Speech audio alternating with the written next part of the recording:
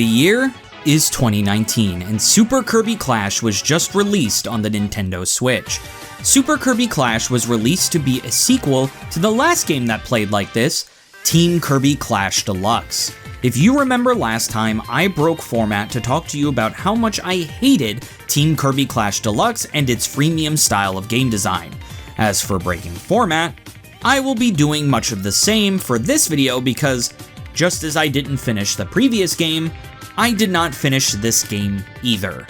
To give you a quick recap, Team Kirby Clash was a sub-game that was packaged along with Kirby Planet Robobot. The sub-game saw Team Kirby fighting a bunch of bosses from Triple Deluxe and Planet Robobot in an action RPG style. I loved this sub-game, and I was really excited to hear that there were 2 more full versions of this sub-game. When I played Team Kirby Clash Deluxe though, I couldn't be more disappointed. Team Kirby Clash Deluxe had a freemium style of game design in mind. You needed gem apples to be able to progress, and after a while, you really didn't get enough gem apples to be able to progress day by day. It really felt like I was just playing the game for 2 seconds, making minimal progress, and then being done for the day. This made me livid and deemed the game unplayable. Super Kirby Clash has much of the same elements within it. You need gem apples to progress through the game, and the only way to get more of those, as well as more experience, is to use the online features in the game that may shut down one day, like the 3DS did. So with Super Kirby Clash being much of the same, you're probably going to expect me to say that this game is freemium garbage as well. That is where you would be wrong. Just like how Team Kirby Clash Deluxe is a textbook example of how to do freemium games absolutely terribly wrong, Super Kirby Clash is a textbook example of how to make a freemium game amazing. I played Super Kirby Clash for 1 week, and I felt like I made so much progress in that 1 week. The reason for this is because of 4 key differences that set this game apart from its predecessor that makes this game amazing. The first major difference that the game employs is the gem apples that you collect every 12 hours. In the original game, you would be able to collect 5 gem apples per 12 hours on your gem apple tree. You could upgrade your tree by using real-world money and buying more gem apples. That way, you can make your gem apple tree grow into a bigger and bigger tree. The problem with this method in the original game is that once the 3DS online servers were shut down, there was absolutely no way to upgrade your tree, leaving you with 5 gem apples per 12 hours forever, which pretty early on equates to peanuts. In this game, you get 10 gem apples per 12 hours, which may not seem like a big difference, but honestly, it makes all the difference. This makes gem apples feel more available to the player and doesn't make me feel like I'm making pennies a day. It also helps that there are more hero quests that give you more and more gem apples to collect. This brings me to my next point. The second major difference that the game employs is that no hero quest that I've encountered yet has anything to do with any online elements whatsoever. Pretty early on into Team Kirby Clash Deluxe, there were missions for playing a level with an online adventurer, which, again, is not possible anymore. In this game, no such quest. All quests are based on either skill or being a certain level. That's it. Thank Christ. Before, it felt like I was limited on how many gem apples I could get through hero quests because of this stipulation, and as a completionist, that made completion impossible for me, which is a big pet peeve of mine when it comes to video games. Now the game is my oyster, no matter how or when I play it. Speaking of online adventurers, the third major difference that this game employs is how it handles getting help from online adventurers. Just like the first game, you are still able to get help from other players from online.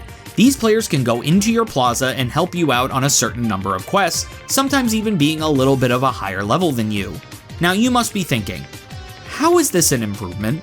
Once the Switch's servers shut down, that'll be finished and it'll be useless. Wrong, dear viewer! There is one shiny, sexy little button right over here. That's right, baby. It gives you the option to do it offline, so that you can get the help you need, and it's just perfectly randomized and no internet is required. This was such an incredible inclusion because this snazzy little feature, this one solitary button, made this feature go from having an expiration date to becoming immortal. This is what having foresight looks like, and other freemium games need to take notes. Would you believe me if I said that that was not the most genius thing this game employs though? No.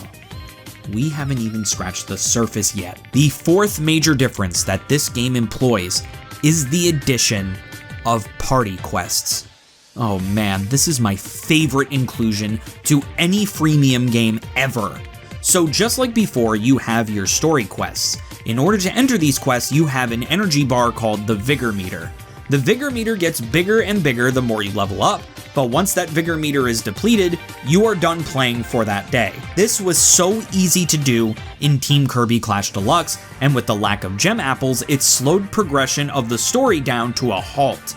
The party quests, however, bring it to a whole new level. Not only do the party quests give you more experience, not only do the party quests offer more hero missions to complete than the story quests, giving you more opportunities to get more gem apples, not only do the party quests have their own vigor bar, meaning you have many chances to get another level up to replenish your vigor meter automatically so you can go back to the story, but you are able to do these quests without going online at all. Doing these simple changes is going to make this game playable forever. I was so elated when I found out that these were gameplay mechanics. Sure, the game is still going to take me a while to play, but honestly, it feels like I'm playing the game at a natural, consistent pace. When I played Team Kirby Clash Deluxe, I played 2 weeks worth of the game and was only able to beat 2 ordeals while working on a third. Playing Super Kirby Clash for half the time, I beat 5 ordeals and am on my way to my 6th. Super Kirby Clash is the textbook definition of how freemium should work. Freemium games shouldn't put you in a financial chokehold just so you can get any sort of enjoyment out of it. Freemium games should be playable without any of the paid and online elements, but using those elements makes the game a whole lot easier. I feel like I'm playing this game at my pace instead of the game's pace.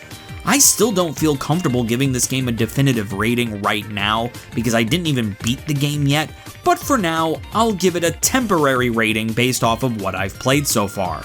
With all of that in mind, Super Kirby Clash gets my temporary rating of an A.